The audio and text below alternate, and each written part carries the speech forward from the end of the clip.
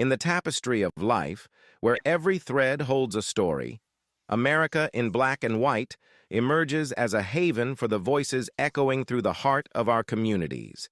In this podcast, we wade through the rivers of our collective experiences, celebrating the vibrant hues of change brought forth by the whispers of hope and the roars of action. It's more than just a conversation. It's a journey into the heart of our society, illuminated by the light of those daring to dream and do. Join us, and let your voice be the melody that guides us toward a dawn where every color finds its place in the masterpiece of our shared destiny. Together, let's paint a future brimming with the positives that dwell in our minds and the actions that shape our world.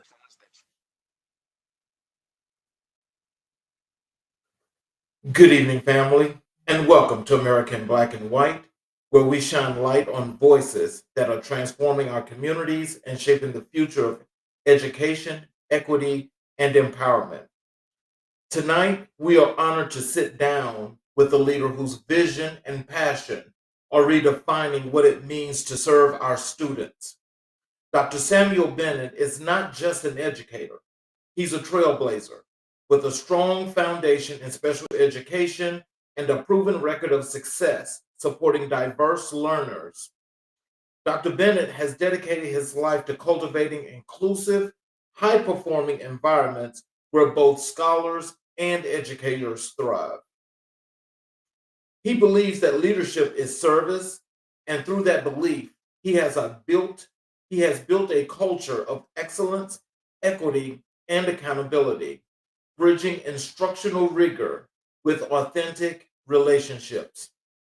He has a collaborative approach that inspires teams to reach new heights while never losing sight of the needs of every single student.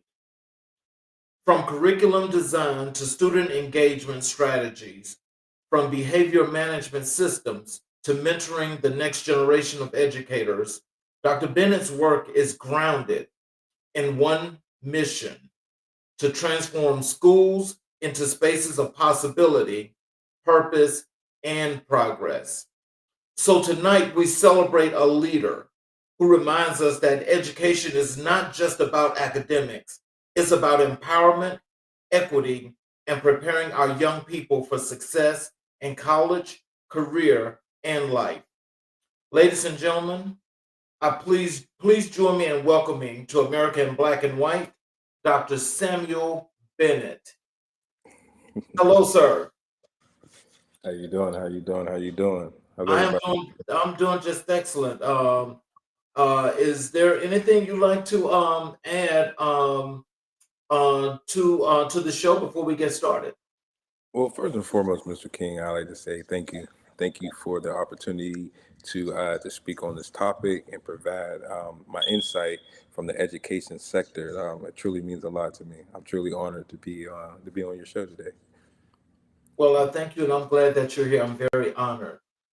What I want to do first is I actually want to start with your career in education and the specialization of the work that you do in special education. Can you tell us what inspired your journey into special education? Oh, it was a while ago.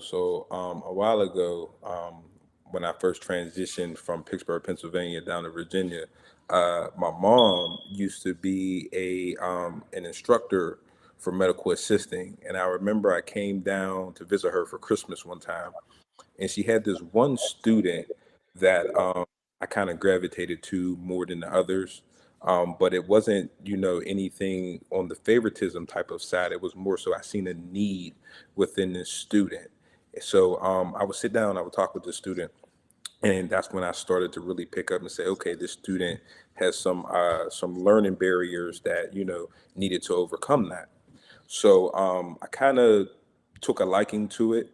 So after I got done playing football, I went to school and I got my master's degree in special education. And then at that time, I was coaching football at Garfield High School in Woodbridge, Virginia. And they gave me an opportunity to coach to go to school and to work in the special education department. And ultimately, that's how I got started. And then, as I was working through those barriers and learning the ranks of everything, that's when I then found my purpose. Dr. Bennett, it looks like your screen may be frozen or something. Because I'm Okay. not seeing you live. I actually see like what looks like a picture. There you go. Is I think that should be you right there. That's different. Yeah, I'm not sure why I'm frozen. I'm sorry. Yeah, again, that's another. It looks like there's another like frozen picture there. So if you tell us, how do you define inclusive excellence in today's classroom? um, Inclusive excellence to me, you should be able to see it before you feel it. So when you walk into an inclusive classroom, you should be able to see the learning that is transpiring. You should be able to see the thought process of the students through their kinesthetic movement. So not just sitting behind a desk, but ultimately have them up, moving, and learning and using those kinesthetic movements to express their feelings, because a lot of students in the special education sector struggle with verbalizing their answers or verbalizing their thoughts. So you should be able to see through their movement. So, what are some of the things that you use as a process when it comes to communicating and getting to understand these students to help them to become better citizens? So I truly believe in the power of building relationships. And when you build those relationships, you then get to know how not just a student, but just how an individual thinks. And as you're learning how they think, you then learn how they communicate, because you might deal with a special education population that it comes off as like they're hitting you and they're coming physical, but that's their way of communicating. They don't necessarily know that they're hitting you, but that is their way of either getting your attention or telling you the answer to a math problem or things of that sort. So I believe in the power of building relationships. Okay. So, what are the most common misconceptions about special education? Oh, that's a good question. The most common thing that I see about special education is individuals think being being in special education or having special education services are a bad thing.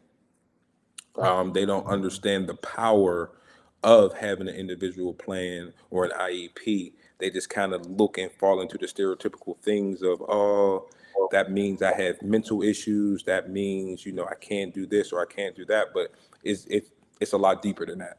It's more so an IEP is a tool to help them learn or a tool to help them express themselves, and you put that into a plan. I'm really not sure why I can't see myself. I'm sorry. Yeah, it says I'm frozen. I don't not know why I'm frozen. Let me see. Not really sure why I'm frozen. Let me see. I'm sorry, everybody.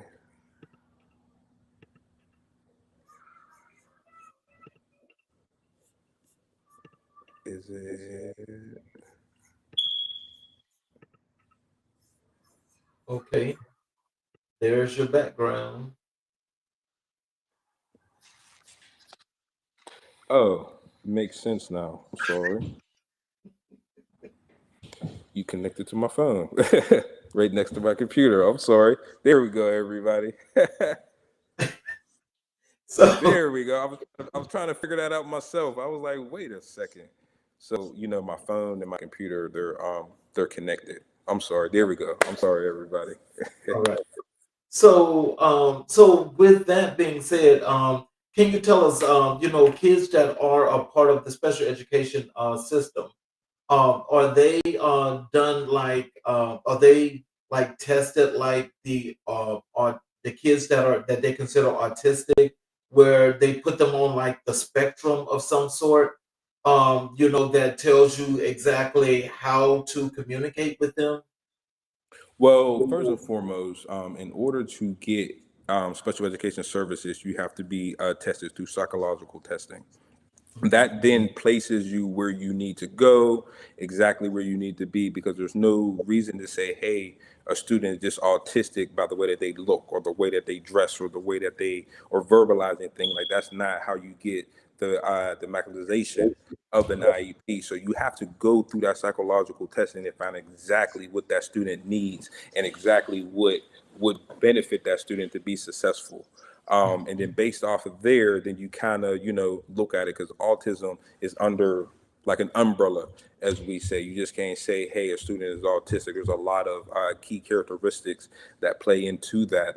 You might have a student that's mild intellectual disabilities, that's autistic, that has OHI or SID or SLD. So it all depends on the data that you're able to get from the psychological testing. So that's the first step in achieving that goal, if that's what you're seeking to do.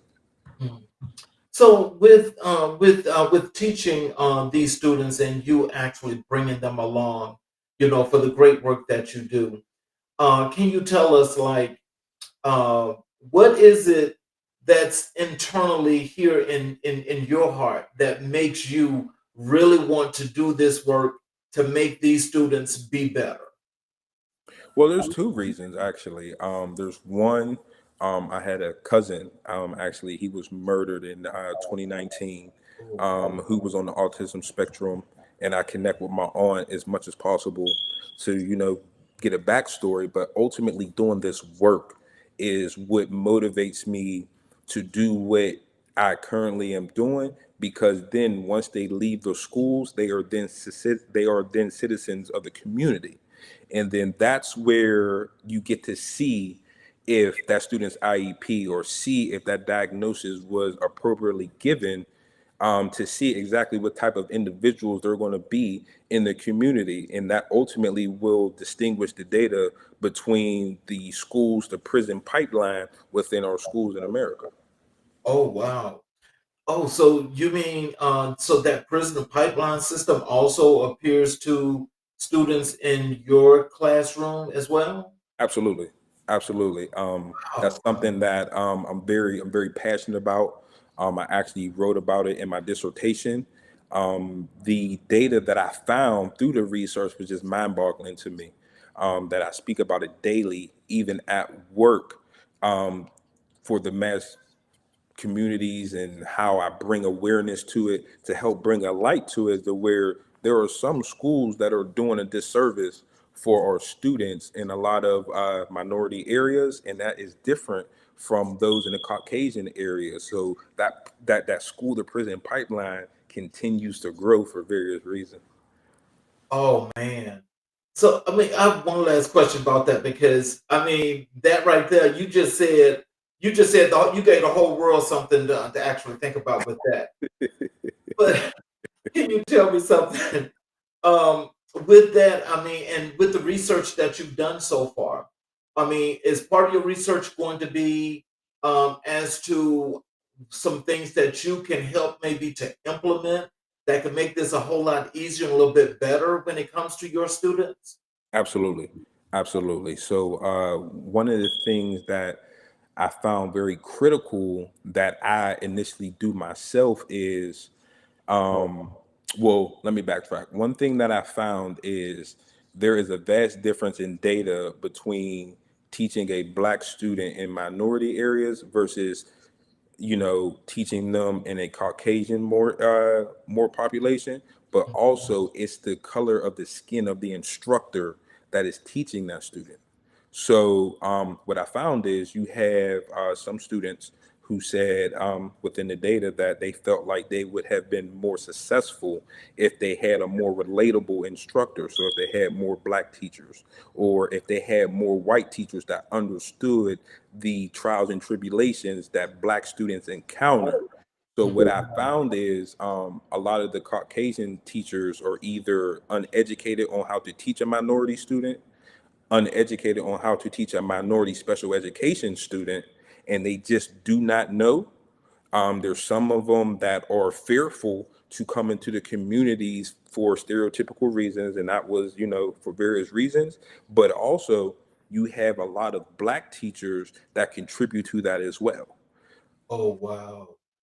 Oh wow. I find uh, but in all honesty and sincerity, the thing that actually is more perplexing to me about what you just said is that one, we already know how the education system is in general when it comes to Black students. We already know how that is. But to one, have a teacher that don't look like them, that don't have the ability to communicate with that student on a proper basis is really, that's the worst disservice that you could ever do. Right. But what makes it even more horrendous is when you have the people or the teachers that look just like these students, that one, that are doing a disservice and not doing his or her job in the proper manner anyway, because they know they're not doing a proper job, but is to know that they can actually go to these schools every day and still sit in that classroom and do a disservice to that child. Absolutely. Absolutely. That is horrible. I mean, It's so horrible. I mean, do any of I mean, has there been like any situations where a lot of teachers have actually brought this to the attention of the principal, superintendent, the school board? Um, I have found that a lot of teachers that I have worked with, even with me as a special education department chair, or even when I was in the classroom, um, a lot of them feel discouraged. A lot of them feel as if they're not being heard.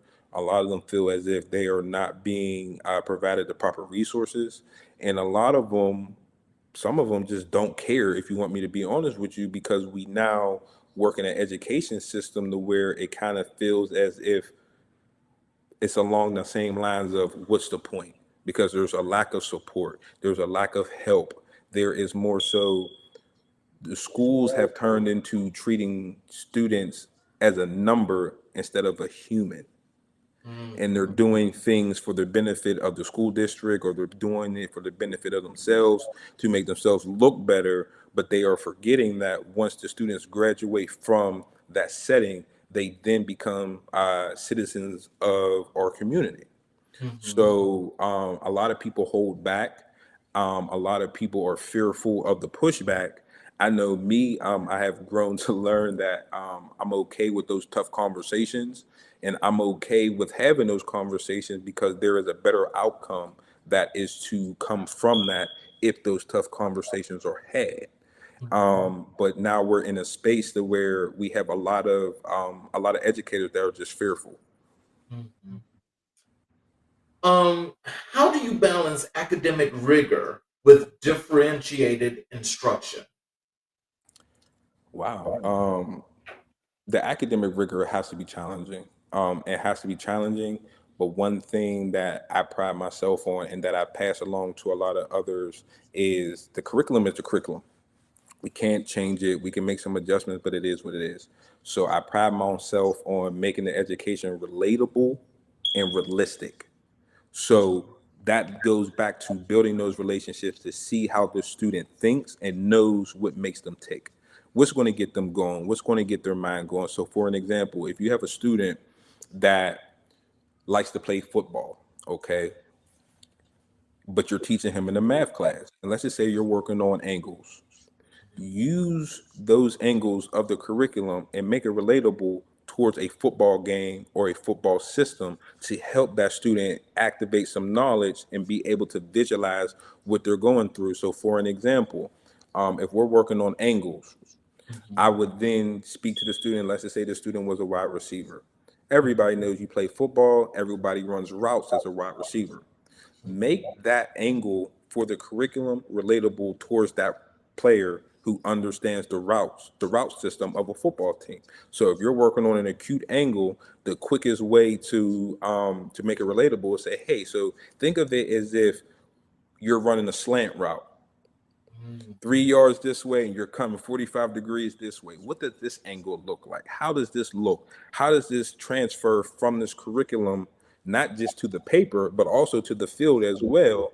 because then they're like, oh, Dr. Bennett showed me what, an acute angle is. I got to keep my 45-degree angle as I'm coming across. So making it relatable, but making it realistic. And that is what is missing from the curriculum. A lot of students feel as if the curriculum is null and void because they can't use it in everyday life. Right. So so working with that student on how to, build a bank account or do renovations on a house, but you're working on geometry or you're working on angles or you're working on some algebraic equations. Make it relatable for that student, because then it doesn't just stick in a curriculum mind state. It then helps them utilize it in everyday life. So, what role does data play in transforming outcomes for diverse learners? So data is very important, because I'm a firm believer of, you can't drive a car without gas, and the data is the gas. So the data will tell you where you need to go to drive this car. So you just can't say, hey, I want to drive from Georgia to Pittsburgh, but I don't know how I'm going to get there. I don't have any gas. So the data will tell you exactly, hey, in order to get gas, you have to do this. You have to go to the gas station. You have to, pay with this card or that card. So then it then drives your instruction. And Mhm. when it drives your instruction, now you have the gas to go from Georgia to Pittsburgh to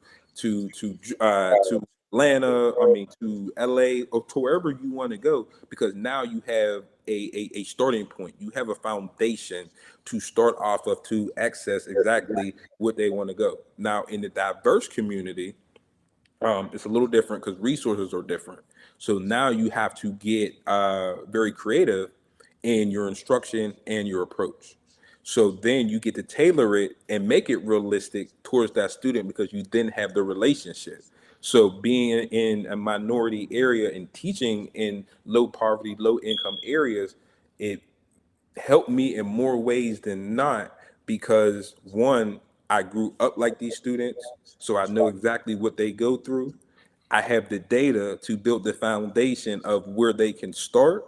And then with me building that relationship, and not just building a relationship, but knowing exactly what makes that person tick, now I can be able to put my foot on the gas now that it has a full tank of gas and we're ready to go. But I'm utilizing the resources that I have, that are available to me to help drive that instruction to make that change. Mm. So, in just say in said situation as that goes, what are some of the things that you do to bring the student into that situation to help them to learn how to navigate and make this a little bit easier for them? I show vulnerability. I So, show them that, yes, I have my doctorate degree. Yes, I may be your teacher, but excuse me, there's only but so many things that makes a difference between you and I. So I mhm, didn't bring myself down to their level. I kind of feel as if, teaching is kind of like a hierarchy now. You can't say this to this student, the student can't do this, the student can't do that, because I'm the teacher, which I agree that there are some rules and stipulations and boundaries that has to be set, but no one wants to feel like they're being scolded at as they're learning. They want to be able to say, hey, Dr. Bennett knows what I'm going through. He knows I may not have eaten today, so I may make it relatable. Or I might do like a lunch and learn because I know that student, they might like Chick-fil-A, so I get them some Chick-fil-A because I know that student has not eaten that day, which then if they have not eaten, they're not going to learn anything. So just lowering myself and becoming vulnerable to that student to let them know I am open to fully receive everything that they're able to give. can you share a breakthrough moment with a student that shaped your philosophy? Oh man, a breakthrough moment that made me do it. So I'm working in a new school district now, and it's a school district that a lot of my previous students, I used to work with when I first moved to Georgia. So now they're older, they're in high school, they're about to graduate. And I was having a conversation with one of my seniors, and he said, man, coach, when I was younger and you was my middle school head football coach, remember when you was teaching me about 45-degree angles? And I was like, yeah. So he was a lineman, so we had the footboard, and I was teaching him, the proper footwork, and he was able to not just work on a football skill, but he was able to build on a life skill that helped him get into the engineering department at the school that he's going to in the fall. So we were having a conversation, and he said, "Man, if you would have never took the time to let me know about your past experiences in football, if you never shamed me or anything like that because I didn't have the best clothes or the most food or anything like that." He was like, "You actually brought me some food." He said that let me know that you genuinely cared for me. And because I opened up myself and I opened up my heart, he was able to take the skills that I gave to him, transfer them into the school books, and now it has put him in the ranks to where he was able to receive a football scholarship to go play football. So he was able to build on his academics because he wasn't the best academic student at the time. So that was a breakthrough moment for me where I was like, this is where I need to be. Wow. Now, you know something, I think, that's where I think a lot of parents, would really be not just happy that their kid has a teacher or an instructor like you, but they would I would think that most would like be very, very happy to have you to continue to help that student as he or she is continuing through school, because those kind of relationships, I know, they happened during the time where I was going to school, and I know school now is totally totally different. And so it's like to have an instructor like that now is one that you definitely, should be very honored to have, because a lot of teachers wouldn't actually take the time to do that. They Oh really man, wouldn't. thank you. I appreciate that. How do you support educators in building culturally responsive classrooms?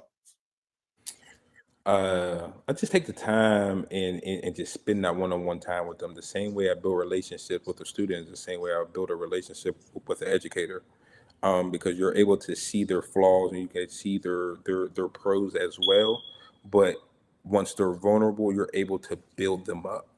So being able to give them, strategies that I use to be successful, but also, use some key examples that's around us to help bring them back in.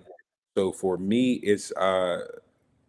I'm big on the curriculum, and the curriculum is the same way, but it doesn't say that you can't make it relatable. So use some outside sources, bring in some outside people to talk to the kids and show them that what you were telling them is actually true because they're hearing it from a different source.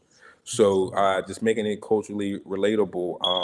I have offered a teacher, strategies on using rap songs to help a student remember what a stanza is for an ELA poem. So just making it, very culturally relevant, but also reminding them that this is what you need to get from that because you still have to master the curriculum. So for me, you have to make it culturally responsive. You have to put in those strategies and those learning tools that are relevant for our community in which we're serving. Wow.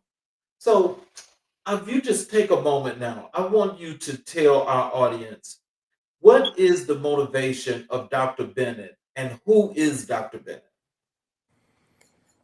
Oh man, the motivation of Dr. Bennett is success. I love success in any way that it looks. I'm hard on myself. I'm very, very, very, very hard on myself. But just overall success is what motivates me, and that looks different for everybody. So my success doesn't look like yours, and it doesn't look like the next person. So just using that relationship to learn what the students see as successful and help them accomplish it. Who is Dr. Bennett? Dr. Bennett is a work in progress. I'm nowhere near where I would like to go, but only God knows exactly where I'll land. There's nothing too flamboyant about me. I'm born and raised in Pittsburgh, single mother. Um, Definitely didn't have a silver spoon in my mouth. But one thing that I pride myself on is my drive, my work ethic, and my dedication. One of my greatest mentors, when I first started teaching, her name is Judith McDaniel, and I still talk to her today. And she told me the very first time we met, she said, and I wasn't even Dr. Bennett at the time, she said, Sam, one thing that I value about you is you are firm, friendly, but you're fair. And I pride myself on that. I'm firm because I feel like working in low poverty areas, for lack of better words, you can't be soft. You got to give these kids love, and sometimes it comes as tough love. And you have to firm, and you have to stay firm on your morals, values, and what you believe in. I'm friendly. I talk to everybody. I have no problem with shaking a stranger's hand. I have no problem with doing, any service through my fraternity. I have that, like, I'm not that person. Anybody who truly knows me, that if I have it and they need it, I will give it to them, the shirt off my back and everything. And firm, friendly, and I'm fair. I'm fair because for me, I don't waver off of, who the person is. The same way I teach a black student is the same way I would teach a white student. The same way I would teach an African American student, the same way it would be, an Asian student. I'm fair all the way across the board.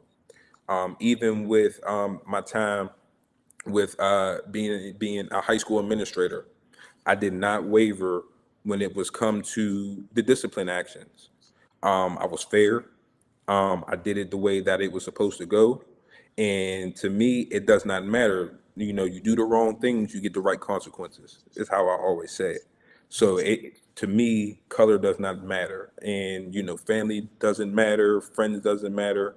A spade is a spade, in my opinion. What systems have you implemented to improve behavior management? One thing that I found to be critically important, especially with moving to the South, is the PBIS system. Oh, that system is amazing. But even with that, I make it culturally relevant as well. So I'm not going to put a behavior system out there and track students' points and things of that sort. And I'm giving, a kid that I know does not have a computer a piece of candy. He's not worried about that candy. He's trying to get a computer or whatever. So I'll be like, hey, I know you need a computer. So what I'm going to do is I'm going to push you to exhibit positive behavior to the point you're able to achieve that computer. So I'm offering incentives, and I'm offering rewards that are going to be liked. So I understand my community. I know what's going to be strive to be reached. Like, for an example, you're not going to tell a kid, hey, if you get 100 points this week, you can go to recess. Not not even paying attention to the fact of where he has recess the moment he walks out this door. His parents ain't around, his dad's not around, he's kind of a lost cause at home. So he's gone ripping and running the streets. But because I know that student, I'm like, hey, you can get this, this gift card, or hey, you can have this type of time with me, because I know they're struggling on an emotional side. So I implemented a PBIS system that is relevant to the student, Mhm. and it has worked phenomenally for me. Oh, wow. So, how do you measure success beyond standardized testing? How would I measure success farther than standardized testing? I would Yeah. just say the individual, because a test score doesn't tell you exactly what a student knows. You get to see exactly where they go in life. Because once they get out into the world, then you will be able to measure and or see how successful you was with that student and how much that student received. So for me, you'll never be able to tell a student's success based off of standardized scores, because I can tell you plenty of stories on how students just click through it just to get through it because they really don't care for it. Like, let's just be honest with you, they do. Like, they just get through it. So I measure that based off of the success that they're able to reach once they leave my doors and go in the community. Mhm. So, what's interesting about that when we talk about standardized testing, and here in the area which you're in Metro Atlanta, and just thinking about everything is about a standardized test. Of course, that's nationally, but they really focus on that. Can you tell us what is the difference in how you work with students to focus on the test in a broader perspective? Make it relevant to life, because once that student closes that computer or puts down that pencil, those test scores are pretty much, it is what it is. And once they graduate, they'll never see them test scores. They'll never even hear from it. So I then make the curriculum which are aligned to those standardized testing and make it relevant to life, because they're able to take those skills and transfer those over to life. So I make it very, very realistic. I get out in the communities with them and point out some things and do a lot of things with the kinesthetic movement, a lot of college tours and things of that sort. So I legit make it deeper than what it is on a piece of paper, because once they put down that pencil or that paper, they'll never understand it, and then they live the rest of their life. Students are kids for the shortest part of their life, so you'll be able to truly measure that based off of the success that they're able to reach as an adult. What advice do you give new teachers entering special education? Learn. Take the time to learn the different areas. Take the time to learn the cultural differences. Take the time to learn the cultural barriers, because that is what is hindering a lot of success in our communities. Is people are just not taking the time to learn and being flexible, because education has turned into a one size fit all kind of deal, and that's not it. That's not it at all. Mhm. Everyone does not learn the same. You can't put everybody in the same box expecting for them to build a house. So you got to be flexible. You got to bend the rules a little bit. I ain't saying break them. You just got to Mhm. bend the rules a little bit to get the students to think outside of that box that they're trying to be put into, and build them up that way. I think that is critical. Like, it's not a one size fit all. This system doesn't work for you. It may not work for me. It You just can't do it. It's just unrealistic to me. Mm. So, as you mentioned that how critical this is, so tell me, how does critical thinking go into that? Are you having to teach these kids more about how to critically think now? Or are you finding some are already at that point and they're kind of like easier to push along than others? You definitely have to teach critical thinking skills more than anything now, because even the curriculum is scripted now. Say Yes. this, say that. If a student puts his right hand up, it means this. If a student says this, it's so scripted now, man. And it takes away the ability for students to just think, put things together and think critically. So yes, I read it and I don't like it, but then again, I flip it and use my own terms and my own words. Like, hey, so think of it this way. If you had to go to the store for your mom, they pick up groceries and things of that sort, do you think it would be smart to go over there this way if you know you have to be back at? Like, I legit make them think. And it becomes comical at times, because you can start to see their wheels turning, and you can see them thinking, to where even in my school building, I make them think. And sometimes I was speaking with an administrator today, and I told her, I said, sometimes you got to play mind games with them.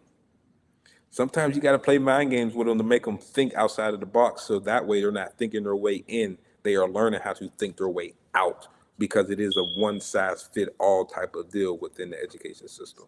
You Oh, have to teach them critical thinking skills. And then now that COVID came into play, and that hit the black communities very hard, and it also hit the white communities hard. But the difference is, there's a difference in resources. mhm. So the black community got it the worst, because let's just call it what it is. They're not the highly funded, communities. So making them think and making them get outside of that box is very important to me. Oh, wow. So tell us, Dr. Bennett, in a perfect world, in your world, Dr. Bennett's world, Okay. tell us, what does your school look like when you put your school together? If I had to put my school together, it would be innovative. It would be very innovative. And the reason why I say that is because a lot of the things that I seen to be useful for me when I was in school are not available anymore. So it So, would be a lot of critical thinking. It would be a lot more field trips. It would be a lot more engagement. Granted, the times are different now, but if I had to say what my school would look like, it would be innovative that provided a lot of opportunity. wow. And see, I think, well, this is just in my opinion, I think the way you're thinking about that is what I think the education system should really be about.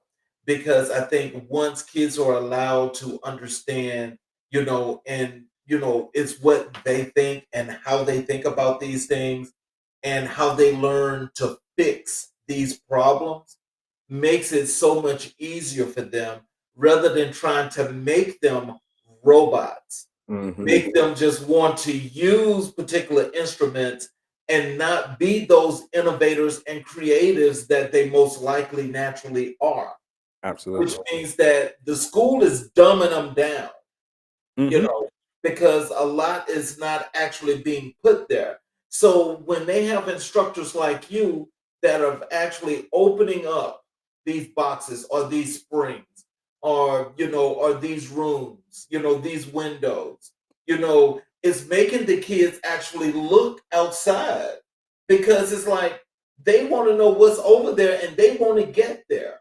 Right. And see, that's what I'm trying to understand. How is it that like when you have a teacher like yourself, and your kids respond to you, like, are they like are your administrators actually looking at, okay, well, if they're responding to this, let's learn a little bit more about what Dr. Bennett is doing in his classroom. Hmm. Are they doing that? Oh yeah, absolutely. Absolutely. I had a conversation with my administrator today, and she said, because it took me a while to go, I'm only in my second week. She said, Dr. Bennett, listen, it took me 31 days to get you out of that contract, to get you over here, because I know what you bring to the table. And that was heartwarming to me. And it was more so she truly understands how I believe in cultivating a whole student, how I believe in cultivating a whole child, and how putting them into a box isn't doing anything but trying to get a number. I'm not here to get a number. I mean, because I feel like if you're doing things for the right purpose, then the numbers will come anyway. So you have to open up a student. You got to completely break them down to build them up the way that you need them to. And then with that, they're able to stand on their own 2 feet and see what life truly has for them. So being able to relate to them, being able to have those tough, engaging conversations with them, to be able to truly understand who they are, where they want to go, and the things that they're dealing with at home.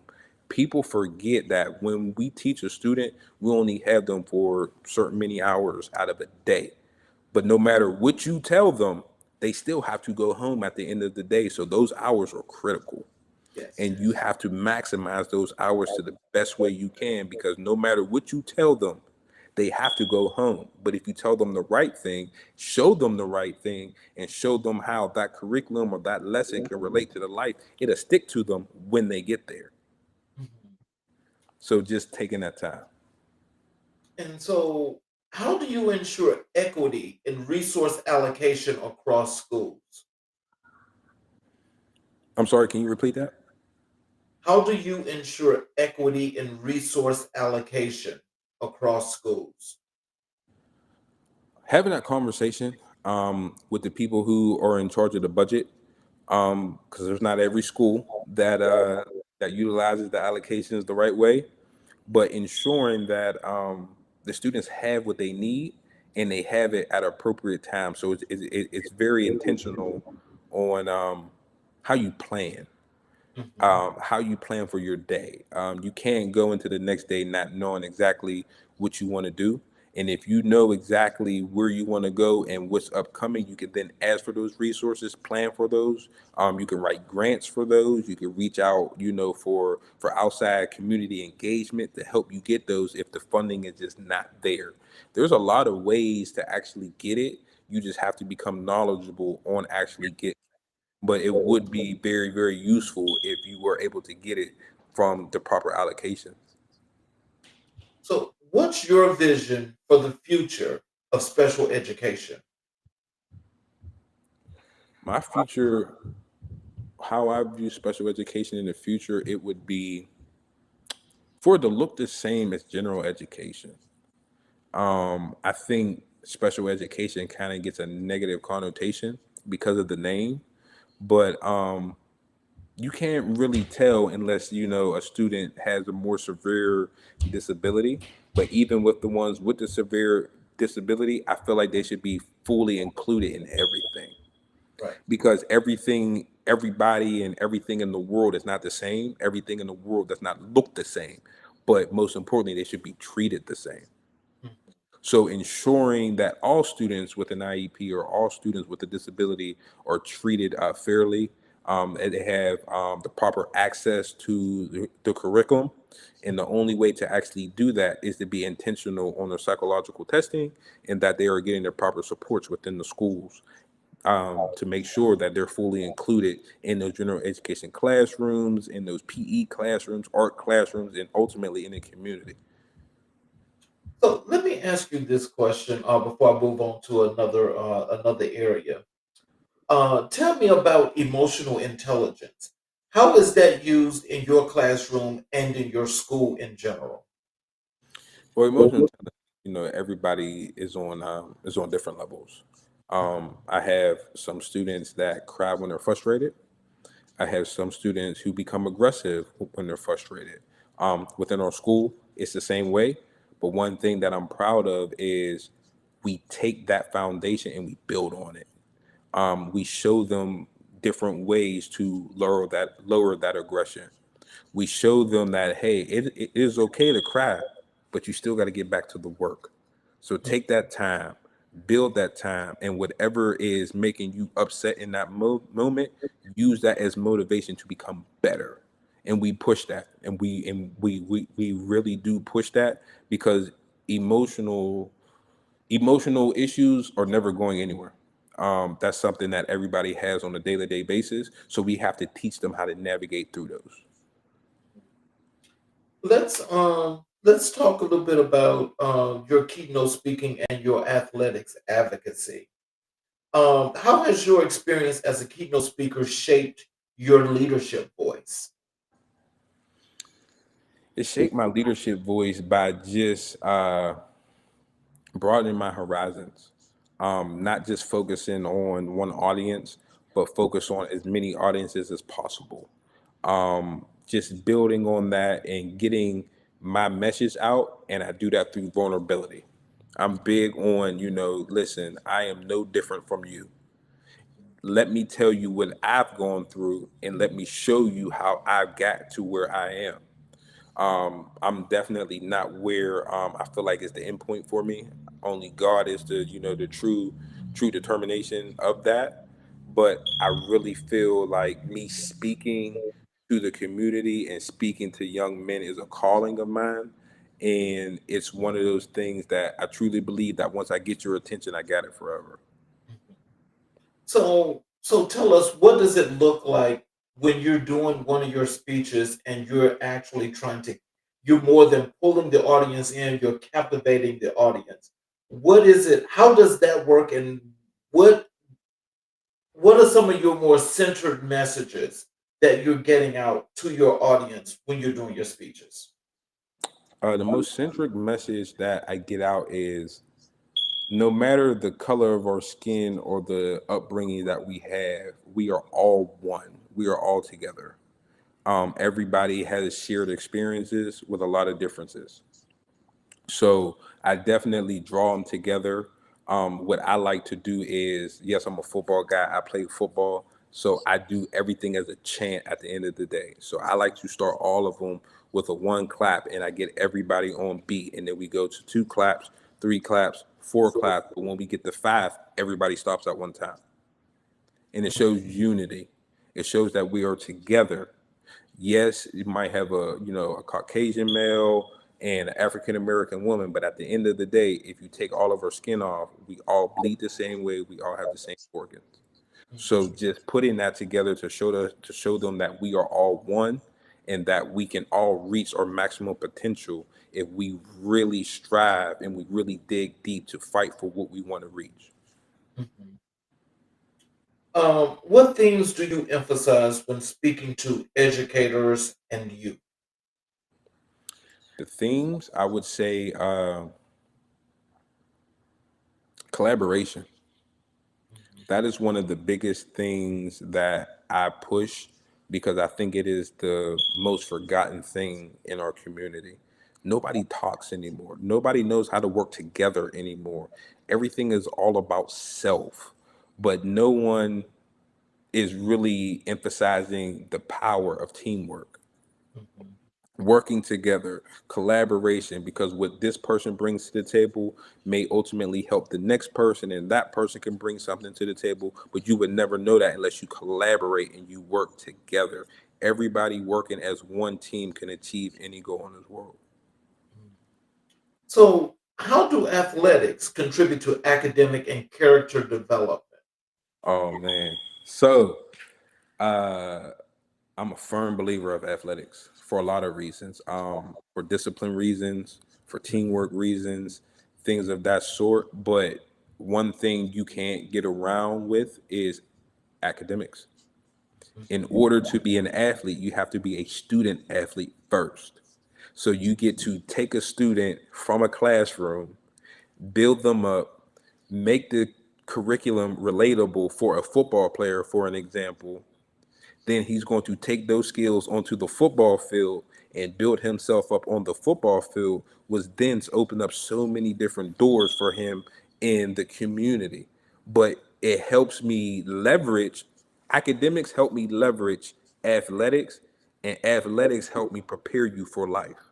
Because within academics, I can teach you the curriculum because that's what we have to do, but I can make it relatable and realistic on the football field. Because you were a great athlete, then I could take those skills and transfer them over to an athletic standpoint, which then either allows you to, get into the workforce, go into the military, and whatever it is that you're trying to reach in life, you can take those disciplinary strategies, those courage strategies that we built on that court or on that field, and apply it to your everyday life. But it would never start without academics. But you also can't play athletics unless you have great academics. So, as you're saying this, it sounds like you're saying you teach them how to apply this. So, in helping them to understand how to do the applications, what does that look like as you're working with them? What does that look like when you say, "Hey, this is how you need to apply this going forward," when you get them set? So I would just remind them. I'm like, hey, remember when we talked about this in math? Remember Mhm. how we talked about this, how we took that on the football field? Now, how would this transfer over to how you would take care of your mom? Tell me how this would, apply to how you would, try to multiply your bank account. What do you need to do in order to get there? You have to go back to those skills that we were teaching in the classroom, that when we were working on bank accounts and interest rates and things of that sort, and then how we talked about how that works on the football field, because a lot of people will be like, oh, I just want to play football because I want to make a lot of money, I want to take care of my mom, but they don't work on the foundational skills to even get there. So when they get out into the community, they blow the money. Right. They blow their money because those skills were not taught. But one thing that they'll never forget, and this is across the board with any sport, is discipline. Were Mhm. you disciplined enough to stay structured in your finances to build that bank account the way that you were? Or were you out there just frivolously spending because you got too caught up in the moment, because you finally got the money that you tried to, that you tried to accumulate? So did you utilize those skills? So I make it relatable, but I never let them forget. Right. What lessons from sports have influenced your leadership style? One thing that I learned from sports that influenced my leadership style is dedication. Is to be completely dedicated. I'm an extremely dedicated person, and even as a leader, I am dedicated to my community. I'm dedicated to my cause. But working in sports and playing sports ultimately helped me relate to a lot of different cultural backgrounds. I played with, black athletes, white athletes, Asian athletes, and it just took me from a lot of different races because I was able to. I took the time to learn them, but it ultimately said, "Hey, you know what? Even in my leadership style, I can speak Spanish to you because, hey, I remember when I had a Spanish teammate who taught me Spanish before, so now I can relate to you on the leadership spectrum." Or, hey, I remember when, I was down and out and I had a teammate who needed to be, helped or remember, but I don't know what you go through in life. I was able to relate to them. So it opened up such a big box for me in leadership that I'll forever be thankful for. But ultimately, one thing that it definitely taught me is how to remain dedicated to the cause, Mhm. how to be able to stay structured. So, how do you advocate for student athletes in underserved communities? By providing them with opportunity. So I use the platform that I have, I use the current resources that I have, and I open my doors to them as much as I possibly can. I have paid for football camps, cleats, things of that sort, the things that they need to be successful that in the minority areas they don't get as much as everybody else in the higher up areas. So I take my platform and I'm not selfish with it. I'm very selfless. And if I have a resource, I completely open it up to make sure everybody has an opportunity to take a piece from it to maximize their potential. Let's move over to your work in community engagement and leadership.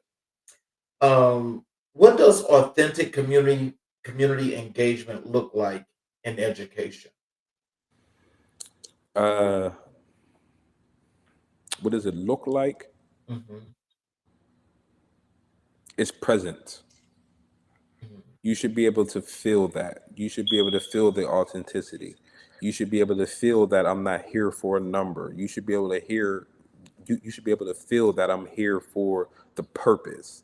When I go into a school or when I go into a community, I don't want anybody to look at me as, oh, he's way up here. No, absolutely not. I will shake your hand just like I'll shake anybody's hand.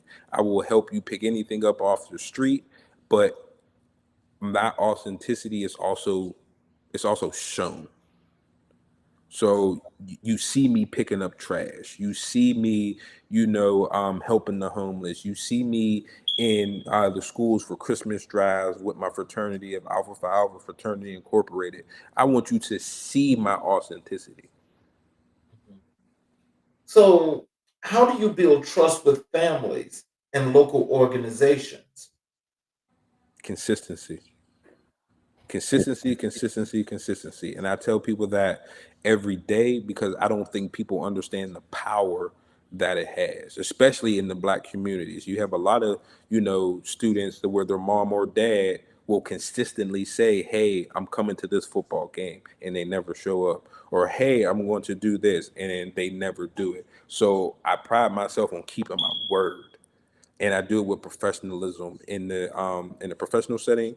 But the same way I do it in the professional setting is the same way I do it in the personal setting as well. Wow. So, can you tell us what role do schools play in healing and empowering communities? So there's a lot of resources.